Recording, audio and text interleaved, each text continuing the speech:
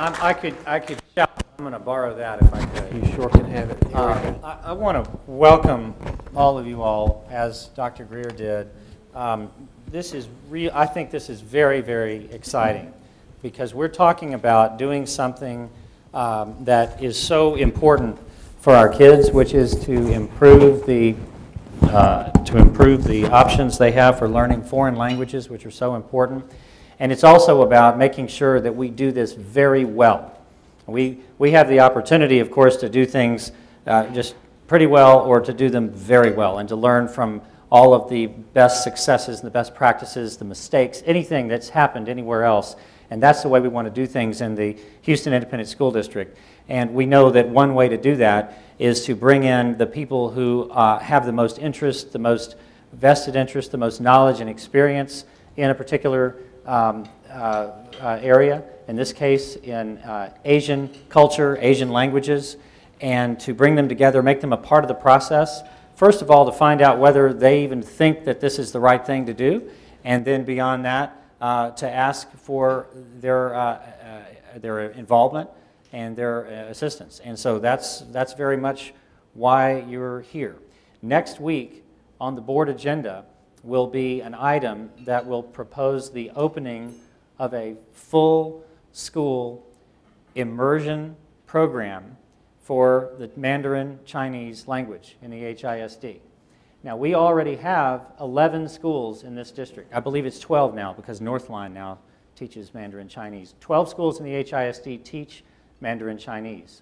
So we're not totally new at it, but in most cases, those are taught by one or two excellent teachers, but it does not provide the kind of environment that really turbocharges the child's learning experience. We do know something about dual language in the HISD. In fact, we have really one of the best practice systems for dual language, really what's called a two-way dual language immersion program, and we have something like, is it 10?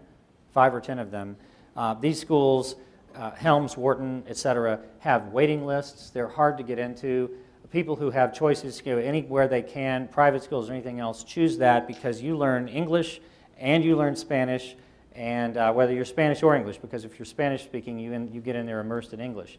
And anyway, they're very effective. So we're very good at that. We want to make sure that when we do this for the next language, and that next language is going to be Chinese, we're also doing actually immersion in Vietnamese in the HISD. We want it to be done as well as possible. Let me see, is there a clicker to me to? I'm going to provide you just a little background information to set the stage. Some of you all will be very familiar with this information because of your backgrounds, and so it'll be review. All right, I'm not understanding the signals I'm getting. Is this good? Oh, I'm sorry. Please begin eating. Do not wait. Hopefully this goes well with lunch. Okay. So, as you know, and I want you to understand, we believe in the HISD that our job is to prepare our children for a successful life. And the life that those children are going to live is going to be lived in the 21st century. And as we all know, the 21st century is going to be a very international place and an international existence. It already is, and it's getting far more so with every passing day. And we believe in the HISD that learning a foreign language is critical. And so here's an ad that was done by actually American Council on Teaching of Foreign Languages. Learning a foreign language should be elementary.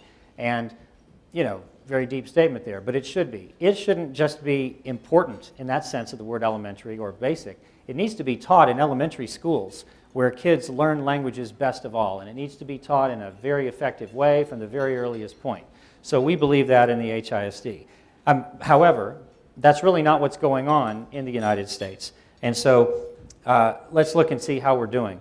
If it's so elementary, how's America doing? Well, if you take a look here, you can see that 20 out of the top 24 industrialized countries are teaching and requiring the study of world language in elementary levels.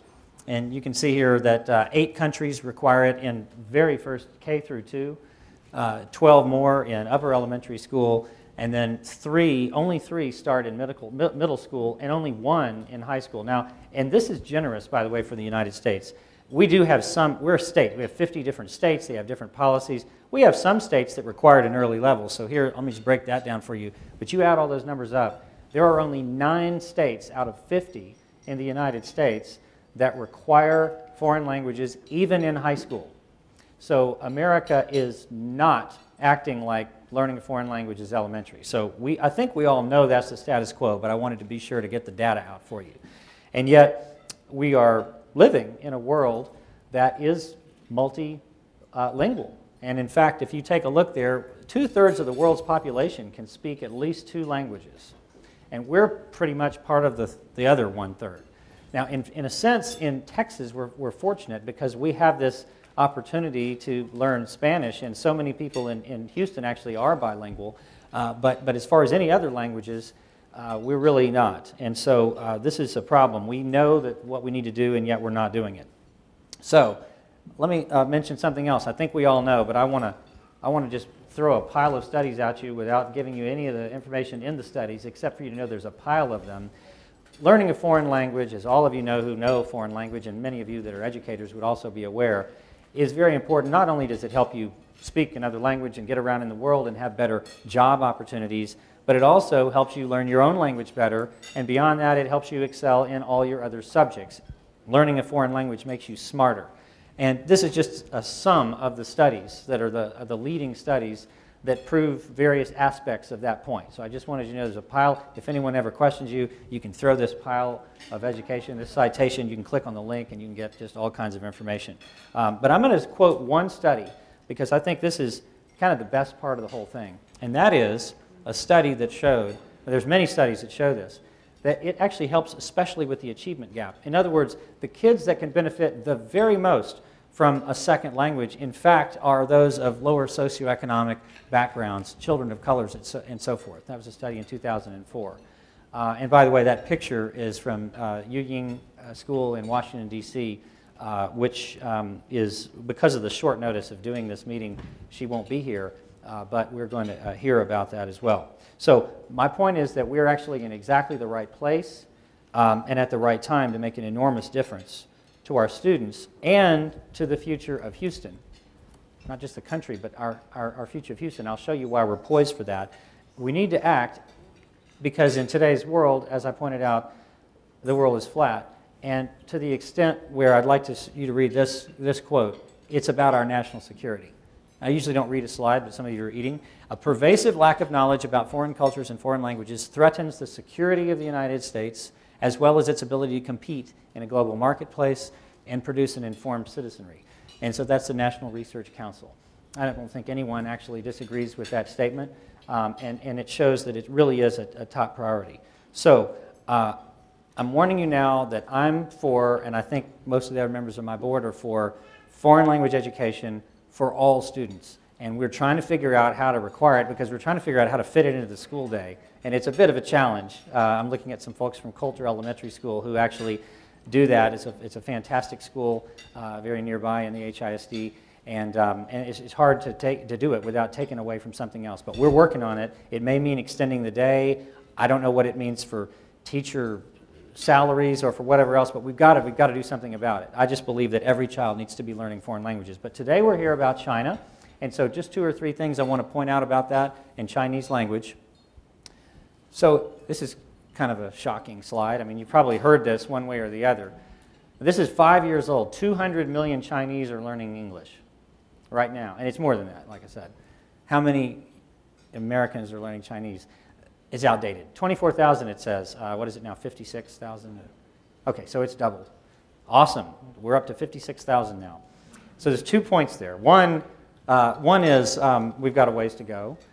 And the second thing is what an opportunity to be one of the 56,000 who are learning Chinese. So that, I think, is extremely exciting. Now, I will concede to you that English is the preeminent language in the world. I think we all know that. I would also say my personal opinion is that it always will be, because I believe I think the internet is essentially cementing in place language. I mean, it's going to, of course, adapt. But the fact that English is going to be the world language doesn't mean that there's not huge benefits for learning other languages. And again, I'm preaching to the choir. But let me tell you one reason why it's important to Houston. take a look at this graph. This is a graph of exports from Texas to China. Exports, okay, we know we're importing a lot from China. This is exports. We are now the second state in the United States in terms of exports to China, very close behind California. We'll probably pass them soon, with $10 billion a year of exports going to China. The next thing to look at is down at the bottom. You see growth in exports. In the last decade, our growth to China exports 600% in 10 years. Our growth in exports to the rest of the world is only 90%. So we've doubled our exports to everywhere in the world in 10 years. That's pretty good. But our growth to China, our trade with China, is growing at a pace 6 times higher than the rest of the world. And that's key. So in other words, not only is it important for all the other reasons to learn a foreign language, not only is it important knowing that China is an important trading partner, but it's important right here in Houston, because children who grow up with the ability to speak the language of our largest trading partner of the United States and the fastest growing trading partner for Texas. And Houston, by the way, is, I don't know the numbers because I didn't have time, but I'm sure that the vast majority of that is going out of the Houston port. And so it's probably mostly Houston, actually. Those kids are going to have an enormous advantage. And so here's what I want for our kids. It's probably hard to tell, but this kid, he doesn't really look Asian or Chinese or anything else because he's not. But he's learned the excitement of learning a foreign language. So he's going to be the future international trade leader or people like him. And to me, that's the kind of person that we want to have in a global economy, and HISD needs to produce those. So here's something else I think very interesting. I've just got a couple more slides. Why has China gotten so much more important to Houston? I mean, you saw the trade is going up with Houston. Is it just because of what we sell? I mean, are Chinese choosing to trade with Houston? It's really interesting, and here's the answer, which I think is just fascinating, absolutely fascinating. You're going to love this next slide. Okay, the Wall Street Journal just 2 weeks ago, or sorry, it was about a month ago now, reported a study of Chinese millionaires. This was done by a Chinese bank and a consulting company. They interviewed about 1,000 Chinese millionaires and asked them all kinds of questions about their lives. And one of the things they asked them was about their residency status. They asked them, they wanted to know whether Chinese millionaires were fleeing China or staying in China or getting dual citizenship. Look at this. 14% of Chinese millionaires have already immigrated from China. They still work there, they still own their business there, they're still Chinese, but they actually live part of the time and have residency in another country. And another 46% are considering immigrating. So China is awesome, it's huge, it's promising. The people, though, that know it the best, the most successful people in China who know China the best, know how it works, know how to make money, are immigrating here. I think that's really exciting. I don't think that's a blast on China either. I mean, it's just a fact, right? But I think it's incredibly exciting for that. And when I say here, I guess you should look at the pit on where are they going? Well, you thought, well, maybe Europe, Singapore. No, the United States, number one, 40% United States, another 37% Canada. North America is where China, people from China who know it all and are very successful want to come, at least to live part of their lives and part of their business. Huge opportunity, folks. I mean, just enormous opportunity. And so, and by the way, the number one reason that they leave is education for their children. Now, we beat up ourselves all the time in the United States about how bad the education here is. And I mean, we got a long way to go. I mean, I'm not here to say how great we're doing in education. But in China, and I heard this on all the trips that I have taken to China, now that you're hearing more openness over there, and they actually will tell you a little bit more about what they think instead of some party line that came down. Well, it's still a party line, but the party line is changing. They admire enormously the education that we have in the United States because we're teaching kids to think. Now, again, we think we're not teaching kids to think. It's too much testing and so forth. But over there, it's only testing. And they're not teaching kids to think. This is not what I'm saying. This is their opinion. So they're very excited about sending their kids to Houston. So the quality of the Houston Independent School District, the fact that we have Chinese programs, all of this education is part of the reason. The other reason, by the way, is security of assets. And the reason I point that one out, that's the second reason after education. Why is that important? Security of assets. What does that mean? It means that they want to send their money somewhere else so that they won't lose it or have it taken away or have it crash on them or whatever they're worried about. So not only are they coming to the United States, they're bringing their money to the United States, and they're bringing it to Texas and to Houston. So to me, this is very exciting. And so the vision for us, I think, on the board and Terry, is to give our kids the world. We can do that. Today we're going to start with China, but if we're successful with this, there's many other languages that we can do this with. So again, you're here because some people wonder why we would need a Chinese language immersion program in the HISD. I mean, there are people who have asked that, and there will be people who will ask it. And you know why we need a program like that. And they're also going to wonder how we're going to get the word out. How are people going to find out about this school? And the answer, well, okay, maybe the district can do some press releases, and yeah, we can do that. But actually, you're another part of the answer to that question. I mean, if you buy in, if you agree that this is a good thing, you're going to be the other part of the answer as to how the word is going to get out. And people wonder how we're going to be successful at something new like this. And the answer, again, is we're going to be successful because we're going to hang out with people who have done it before, know what's going on. We're going to have top quality people and partners and community members like yourselves, and so who have experience, and it's about collaboration and doing things right. So again, I'm really glad you're here. We have an excellent panel. A couple of people who are going to come up and talk to you and say some things about how this has been done very successfully in other places. And I'd like now to introduce Charles Foster, who is a man that I've known for many years. He's been very closely involved in the Houston schools for years, as a benefactor, as a supporter, as a member at the very top echelons of the Greater Houston Partnership. Always have been active on the Education Committee and education issues, and a supporter, no, not just supporter of whatever we want to do, a supporter for change, right? A supporter for when we do the tough things. And Charles has been there for that. And as you also know, Charles has also been very involved in Asian things, and is now the chairman of the Asia Society. He's married to a wonderful woman and also a brilliant movie star from mainland China, whom I've met. Lily, wonderful, wonderful person. You all already know Charles well. You probably heard him introduced many times. I will not take any more time out of his to introduce Charles Foster.